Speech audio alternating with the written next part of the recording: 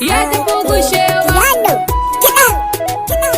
Allah ka ji kan abba abuna.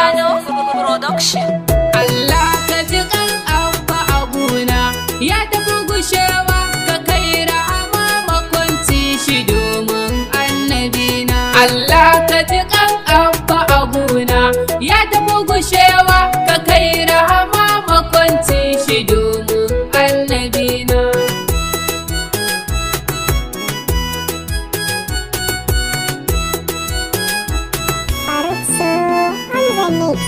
Da farko dole zan fara sa Allahu sarki, komai idan na ce zan yi shi ke bani ɗauki.